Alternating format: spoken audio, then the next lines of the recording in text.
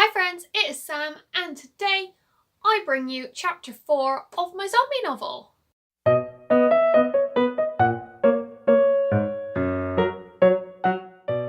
If you haven't heard the previous 3 chapters yet, I will leave a playlist in the cards, in the description, and you can just have a good old time listening to a zombie story. If you're not interested in the first 3 chapters and you just like a little recap, I'm going to give you one right now. Chapter 1, we meet Preston, who, during the initial zombie breakout, escapes a police car. Chapter 2, we are back in the present day, and we meet all of our 4 main characters who are camping out in a hotel in a newly abandoned city. An outbreak's just occurred, and the city's been evacuated, so they're staying in a luxury hotel while the power's still on. Chapter 3 saw us back in the past, where Preston goes to find his friend dead, and he rescues his friend's sisters who are hiding under a table. They hold a funeral for dead friend, and then away they go into the dying light. And now we're up to speed. We're on chapter 4. We are back in the present. There is not actually an alternating theme before you get too comfortable in the past, present, past, present algorithm. That doesn't happen. We do have a bit of a mix-up with the chapters later on in the book. But yeah, we're in the present day. Preston, Gabriel and the girls are about to go shopping. And before I spoil any more of it for you, I'm going to get into this chapter. Chapter 4 is called The Furious 4. Very fitting. Here we go. Books are for smart people, and Beth has never been smart. Preston and Gabriel are so absorbed in the pages that they probably wouldn't notice if a horde limped in grunting. The fleeting thought that they could have been related in another life makes Beth shudder. It scares her how like Preston her son is becoming. They've already been in the bookshop too long, but Beth just can't bring herself to disturb Gabriel yet. He's reading a graphic novel, something she's sure he'd have been into in the old world. It's strange calling it the old world after only 8 years. All these heroes, says Gabriel thoughtfully, not lifting his gaze from the colourful pages. They all have cool names. So, grunts Preston, who is enveloped in a novel about cats. Typical Preston. So we should have a cool name, says Gabriel. He shows the cover to Beth. The Fantastic Four, that should be us. More like the Furious Four, says Beth with a smile. Gabriel beams and nods, then opens the comic once more. Beth has the overwhelming urge to hug him, so she moves away. She walks slowly past the checkout, running a finger along the counter, trying to picture people behind the cash registers. After all this time, the emptiness of everything is too eerie, and she longs to be surrounded by people. She can name her 4 best friends from back then, Georgia, Darren, Michelle and Rory, but she can only picture them in fragments. A huge black afro, jangling bangles on a slim wrist, a spattering of freckles across a pale ski-slope nose. But of course, she remembers Desmond Kruger. She remembers his thick, loose black curls. She can picture the hard muscles in his arms. She remembers his pale, smooth skin and those miraculous blue eyes that somehow Gabriel has inherited. She can recall exactly how her body slotted into his when they fell asleep side by side. He was 19, 3 years older than her, and her friends and her parents did not approve. Beth. The image of Des dissolves and she's back in the bookshop, with Kerry in the place of her old flame. Kerry is 17, tall and slim, with long red hair and light green eyes. Freckles seem to cover her entire body. She has a finger missing on her left hand. Beth envies the beauty that Kerry has blossomed into in these 8 years. I need new boots, Kerry announces. Should we leave the boys to it? But Gabriel will be fine, says Kerry. I'm sure they know where to find a fire alarm if they need us. My son always needs me, Beth could say. My son never needs me, she could also say. Okay, she says. Boots. Boots, Kerry agrees, a smile blossoming on her freckled face. They bid the boys adieu and the boys grunt in response. They pass Ratbag, who is snoozing on the table piled with books, on their way out, and Carrie scratches him behind the ear. "Keep an eye on them," she tells the cat. Space embraces them as they exit the shop and emerge into a completely desolate indoor mall, their footsteps echoing loudly. Potted palm trees stand proudly in the building's vast centre, surrounded by benches. Light pours in from the glass ceiling, and the glass banisters gleam. Beth looks around hungrily at the well-lit shops and boutiques. This is the best and worst thing about the new world. She could have her pick of shiny new things and not pay for them, but she can't spare the wait. Arm in arm, they make a beeline for the most expensive-looking store they can find. They fuss over stilettos and strappy sandals before Carrie gets down to business. Beth looks herself over in the mirror while Carrie collects armfuls of boots. She'd shaved off her beloved black and blue dreadlocks years ago. They'd been heavy and sweaty, and nice thick handles for attackers to pull her back with. Today she wears a grey beanie to cover her bald head, the edges of her blue glasses tucked neatly under it. She wears a green vest, skinny jeans, and a leather jacket, and her chunky black boots are in good condition. She doesn't need anything, but the lust for new things sings seductively in her ear. Humming tunelessly, Carrie plonks a pile of boots next to Beth, lining them up in order of favourites. There's a lovely suede pair that are completely impractical for winter, but Beth stares at them longingly anyway. "You know," says Carrie thoughtfully as she tries on the first pair of boots, "this is all for nothing if you can't enjoy yourself now and then." "We enjoy ourselves plenty back home," replies Beth, frowning. "Yes," agrees Carrie, "we do. What I'm saying is, those suede boots are only extra weight between here and home. You have to make time to enjoy the little things because we may never have big, wonderful moments again." "I don't know what you're talking about." "Yes, you do. But it's up to you if you want to listen." Shrugging, Beth wanders to the kids section, running her fingers over the pink jelly sandals and the little high tops. She would have liked for Gabriel to have a little sister, in her fantasy reality where they live in a big house with Des and maybe a couple of dogs. She remembers when Gabriel lived inside her, and she was sure he was Gabrielle. She would look at the shoes like these, and she'd get butterflies in her tummy. Or maybe that was her little boy kicking up a disgusted fuss. The thought makes her smile. She turns away from the girl's shoes and picks up a sturdy khaki pair of boots in Gabe's size. She squeezes the sides and the front. She pulls the laces, searching for weaknesses. Satisfied, she finds an empty basket and drops them into it, then slides the basket onto her arm like a handbag. A pile of discarded shoes is mounting beside Carrie when Beth returns, and she's trying on a particularly spiky black pair with pointed silver toes that Beth finds perfectly revolting. "You got something," Carrie beams. "As long as they're not Crocs, I'm proud of you." "I got new boots for Gabriel." "What about new boots for Beth?" Carrie sighs, kicking off the ugly boots and adding them to the pile. "I don't need anything. Gabriel always needs new boots." "Then Gabriel should get himself some new boots." "Why are you making this an issue?" "Because everyone in the so-called group puts themselves first," mutters Carrie. "Everyone but you."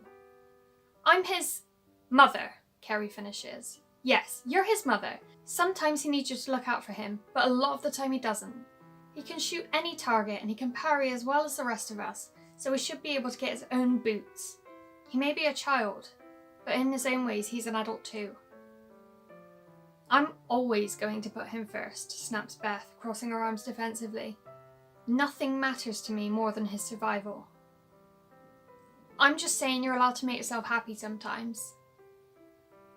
Happiness is a concept as ancient to Beth as dial-up broadband.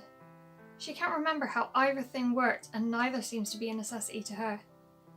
There have been many occasions where Gabriel seems so alive and so ecstatic, sparring with Preston, playing with the cat, reading books and comics, and Beth watched the infectious smile spread across his face, but all she felt was sadness. Carrie is watching her. She hugs the basket to her chest and attempts a smile. "Crocs were so terrible," she says with a quiet laugh. "Yes!" Carrie agrees, grinning. "Pair them with some wet-look leggings and you're well on your way to Fashion Week." "You know," mutters Beth, maybe a nice pair of earrings wouldn't go amiss. Yes! Cries Kerry once more, pumping her fist. Earrings are exactly what we need. I just have to pick between these 2 pairs of boots first. Glancing at the only 2 pairs not on the pile, Beth notes the hideous spiky pair Kerry had tried on earlier and grimaces. The other pair is simple and practical, shiny, sturdy biker boots. The choice seems quite clear to Beth, but Kerry seems genuinely tore. Please, sighs Beth after a moment, just don't get the spiky ones. It's almost like a day in her old life, browsing the shops with Kerry. They try on jewellery, they peruse handbags, they drool over the expensive makeup, and, eventually, they end up flicking through magazines. Kerry is wearing her shiny new biker boots. Beth is wearing a pair of rose gold heart-shaped studs that she fingers absently now and then, subtly pleased. The basket containing Gabriel's new boots sits at her feet. I always had a thing for Chris Pine, Beth admits, allowing herself a small smile as she flicks through a glossy volume. Des loved the Star Trek films, and I'd only watched them with him because of Pine. I think I may have a weakness for blue eyes. I liked Harry Styles, says Kerry. I wonder if he's still alive. Beth makes a face. Each to their own, I suppose?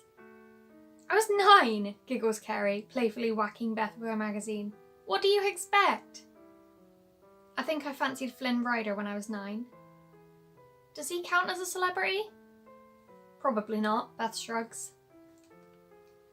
Quiet descends once more, interrupted only by flicking pages. Kerry finishes her magazine first and replaces it on the shelf, twirling her braided hair around her fingers thoughtfully. Beth glances up at her. Preston has blue eyes, Kerry observes. Suppose he does, grunts Beth, snapping her magazine shut. Do you have a weakness for those? Beth shoots her a withering look.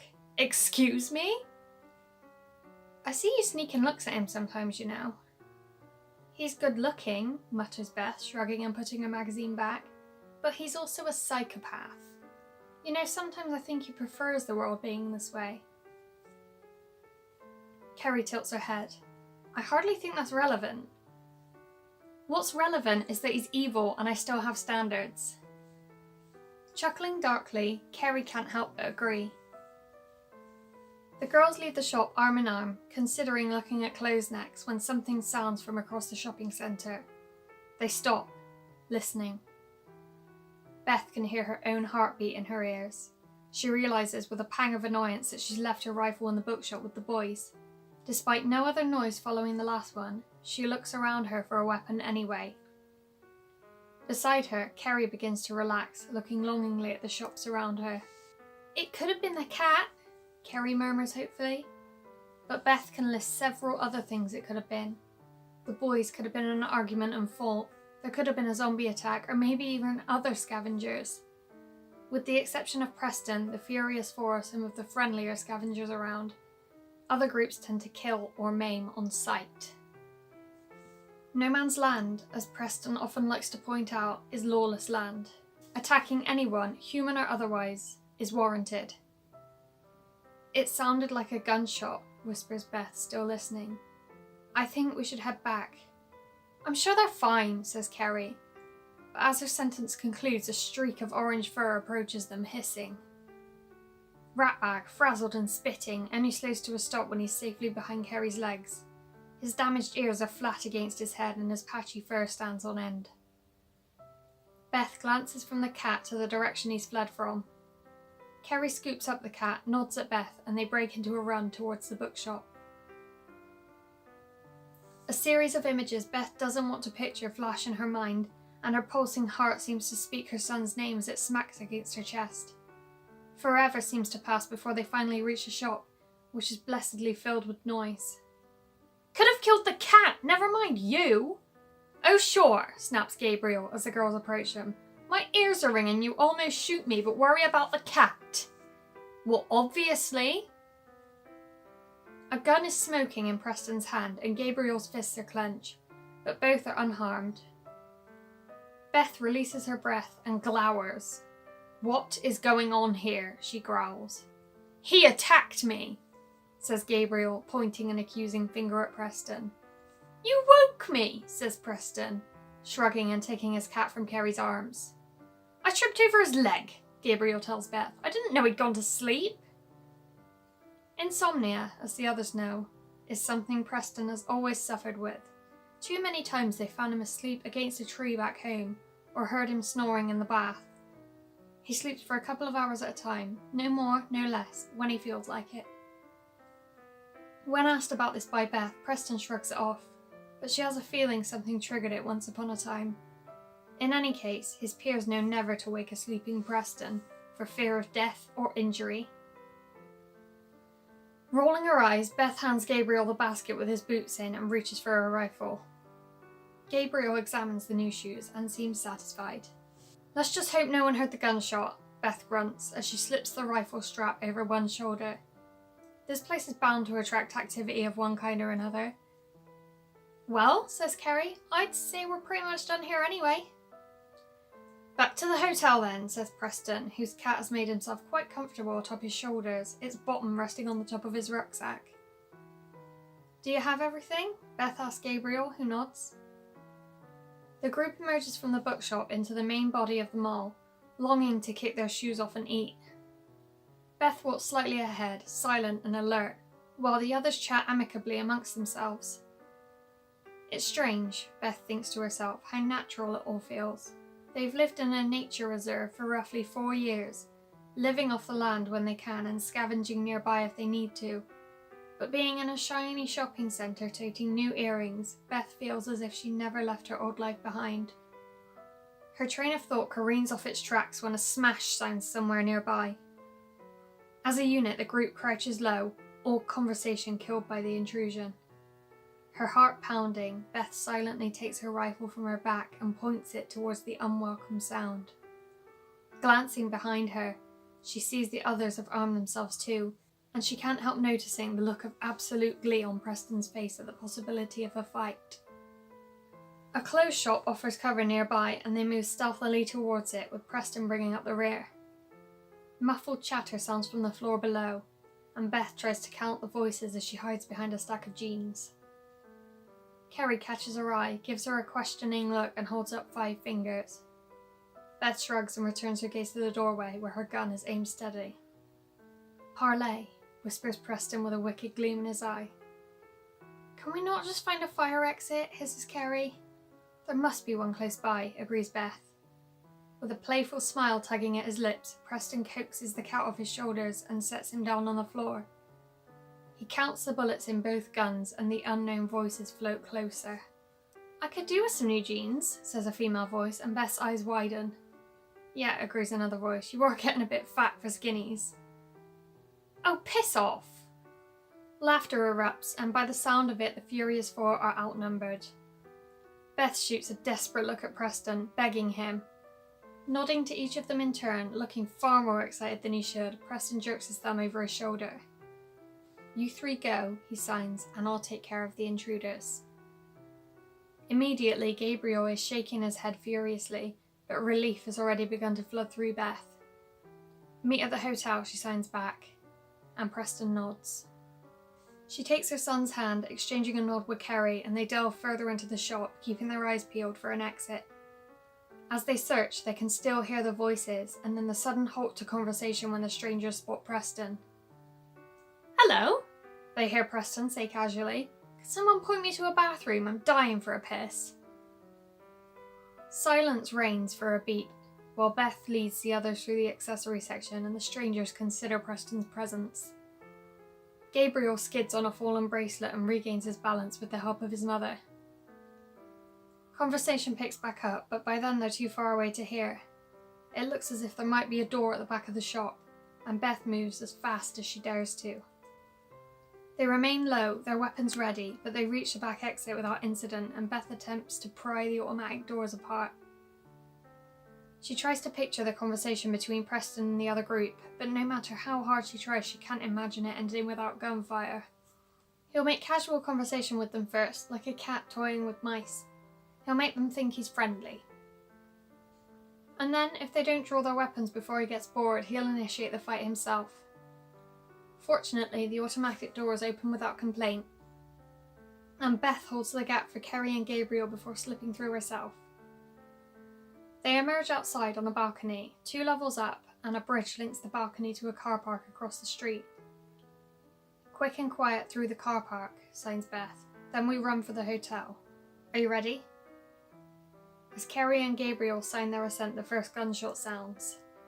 The cat pads along beside them as they slow their pace to a brisk walk. The hotel is in sight now, and they're far away from the shopping centre. Preston should have caught up with them by now, but Beth tries not to worry.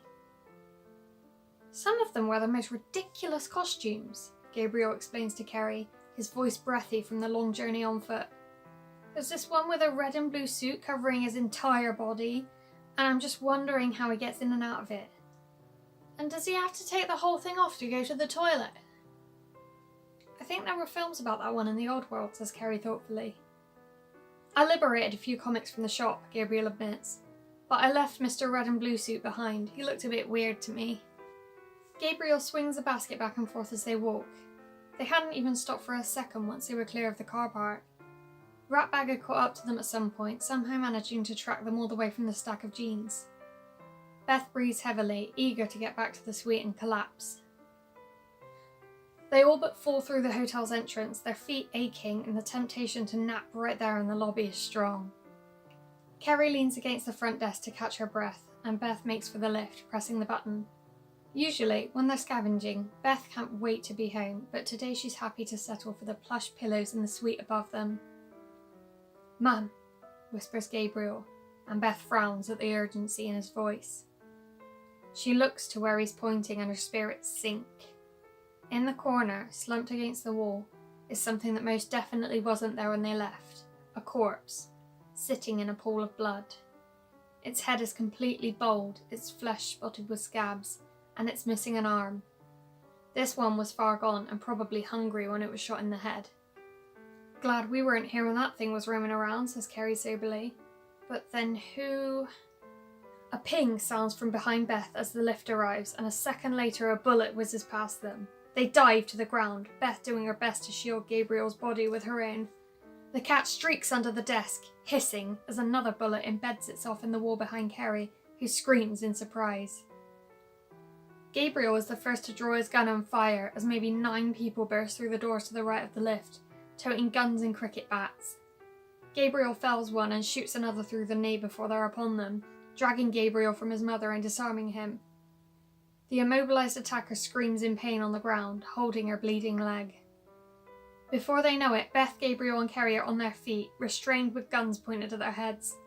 A tall, muscular woman with a dirty blonde ponytail paces between them, tossing a knife, her expression sour. "Are there more of them?" she asks no one in particular. "I don't think so," replies the short, stocky man holding Beth. His breath smells foul. "Please," growls Beth in a tone that sounds less like pleading and more like a threat. "Let my son go. He's a child." "A child on no man's land," says the woman, turning to face Gabriel. "What sort of mother brings up a child outside a quarantine zone?" "He killed Aaron," says another woman, nodding towards the body in the doorway. "And he shot Olive." "You attacked us first," shouts Gabriel. "What is he, 10? the muscular woman asks Beth. "He's 8, says Beth through gritted teeth. "What do we do with them, Jem?" says the stocky man. The muscular woman, Jem, seems to contemplate this. In the moments it takes her, Beth tries to take stock. There are now 7 on their feet and 1 bleeding in the corner, and 3 of them hold guns. The situation is hopeless, but if there could be any way to get Gabriel out of this. The answer comes in the same moment Jem opens her mouth to respond, and before anyone can blink, 2 of the men holding guns drop like ragdolls, their weapons skittering away on the marble floor.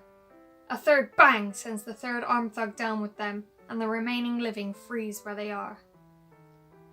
In walks Preston, spattered with blood, his lip split and an ugly bruise curving around his eye, and a slow grin spreads across his face as he blows smoke theatrically from the ends of his guns. "Honestly," he says, "I can't leave you freaks alone for 5 minutes." And they spring into action. With a forceful tug, Beth pulls away from her captor and swings around to punch him, her fist connecting with his jaw like a battering ram. Kerry backs her opponent into the wall, shattering a mirror and freeing herself, her braids swinging wildly. Gabriel struggles, unable to separate himself from his restraints, an arm wrapped around his throat. Letting out a furious scream, Beth charges for him, but is pulled back by the back of her jacket and a fist collides with her cheek. Through starry vision, she glimpses the scene in fragments. Kerry stabbing someone in the leg with a shard of glass, Gabriel kicking wildly, Preston booting someone in the face, and Jem reaching for a fallen gun. Gabriel's struggling lessens as pressure tightens on his neck, and Jem whirls to aim the gun at Preston. Kerry dives just as Beth does. Jem is yanked back by her greasy ponytail, some of it breaking free in Kerry's hands, and Beth launches herself at the thug holding her son, her fingers clawing at his eyes. The grip on Gabriel's throat loosens and he immediately reaches for the sword in his backpack.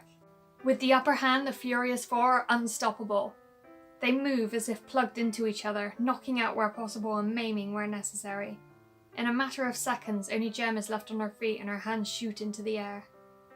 "So," says Beth, accepting Gabriel's outstretched sword and twirling it in her hand, "I believe you are about to tell us your decision. To kill the 8-year-old boy or let him live?"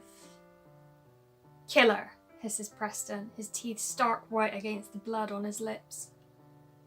"I wouldn't kill a child," Jem says, gulping as the sword tip nicks her throat. "Took you a little time and a turn of the tables to decide that," spits Gabriel. "I wouldn't," she insists.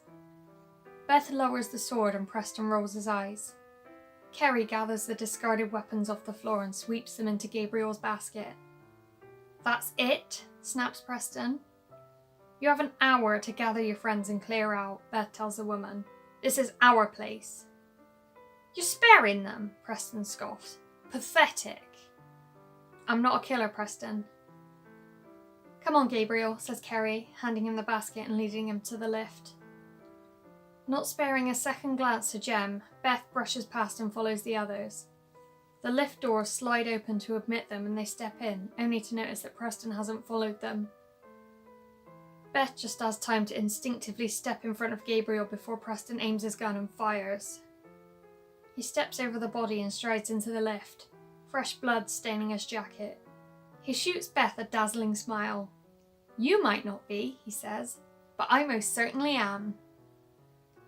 Other scavengers are the reason they never usually go to quarantine zones, whether they be recently or long abandoned. Newly abandoned zones could attract both zombies and looters, whereas the zones long deserted are established territories by now. It seems that groups are already moving into this one. Beth wonders what she was thinking, voting to explore this one as if it would have been any different. No Man's Land has never been a place to meet pleasant people. Since the walls were built around the uninfected cities and the New World Order had fell upon them, the only outlander they met and liked was Steve, a 62-year-old man who trades information for resources, the very soul who'd informed them of the wasteland they now temporarily reside in. Any other scavengers are to be avoided, because they'd learn fast that every man is very much for himself. Stretching his glorious muscular arms, Preston steps out of the bathroom in nothing but a towel, tied low around his hips. Somehow, the giant bruise on his face and the busted lip do nothing to diminish his good looks. Beth hates how good looking he is. Not bothering to get dressed, Preston flops onto the nearest bed and sighs. Everyone is exhausted and bruised, and it's beginning to get dark. Beth sets down her half-eaten tin of sweet corn and reaches for the uke. "I can't believe you agreed to stay another night," says Kerry, as Beth begins to strum absent-mindedly. "I suppose the bodies in the lobby are enough to ward anyone off," Gabriel points out. Not to mention, Beth thinks, the barricaded door, which is barely visible behind a desk, a unit, the television set and a lamp. They're safe for tonight and, for once, comfortable and warm. "Preston," says Beth softly. "Song." Preston mulls this over before saying, "Hey Jude."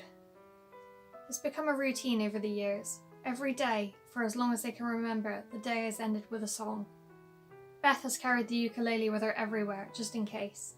Gabriel and Kerry lie back, relaxed as Beth begins to strum. The sound of familiar comfort calms them, and on cue, his voice soft and melodic and completely ironic, Preston begins to sing. God, I need a beverage! So there we go. There's chapter 4. We got to know our Furious 4 a little better, and thus kicks off the real adventure of the Furious 4. What's gonna happen? Who knows? Not me. I got no idea. I can't tell you. I don't know what's gonna happen. I'm only the author. But yeah, just a little something to do on a rainy day. I hope you enjoyed listening to chapter 4 of my novel.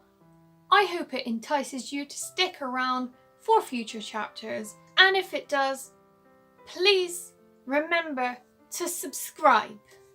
Let me know who your favourite character is so far as well. I feel like by now we should be establishing bonds with characters, and I'm always interested to know which of my characters are being loved the most. So let me know in the comments. Like, comment and subscribe if you enjoyed. Thank you so much for watching, and I will see you very soon with another video. Bye!